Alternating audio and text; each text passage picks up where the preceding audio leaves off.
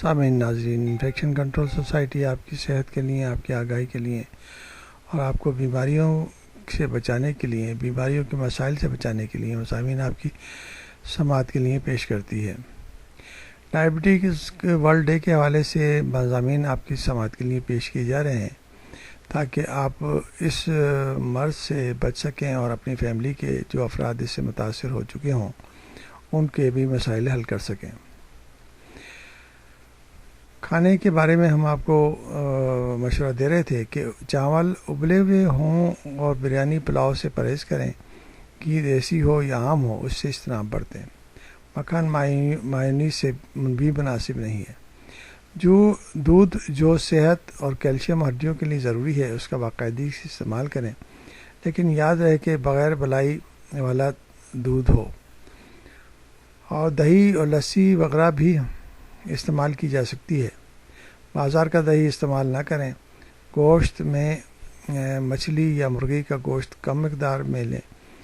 سالن شوربے والا ہو لیکن بھنا ہوا نہ ہو۔ مرغی کا گوشت بغیر کھال کے ہو۔ چائے بغیر شوگر کی یا مصنوعی مٹھاس کے ساتھ استعمال کی جائے۔ تاہم ماہر اغذیہ یعنی کہ نیوٹریشنسٹ کے مشورے کے مطابق استعمال کر سکتے ہیں۔ سافٹ ڈرنک وغیرہ بھی اجتناب برتیں۔ اگر کبھی موڈ ہو تو ڈائٹ اور وہ بھی کبھی کبھار استعمال کرنے میں کوئی مذائقہ نہیں۔ خشک میوہ جات کے استعمال میں بھی احتیاط برتیں۔ بہتر تو یہ ہوگا کہ اجتناب ہی رہے۔ ریشے والی اشیاء کا استعمال زیادہ کریں۔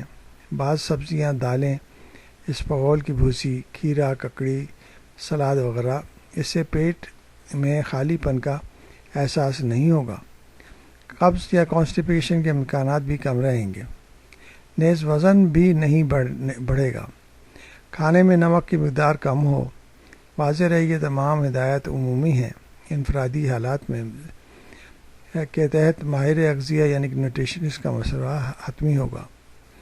یاد رکھیے پیروں کی دیکھ بھال میں کوئی مسئلہ ہونے کی صورت میں بروقت طبی امداد کے باعث پیر کٹنے کی شرح میں 49% to 85% تک کمی لائی جا سکتی ہے۔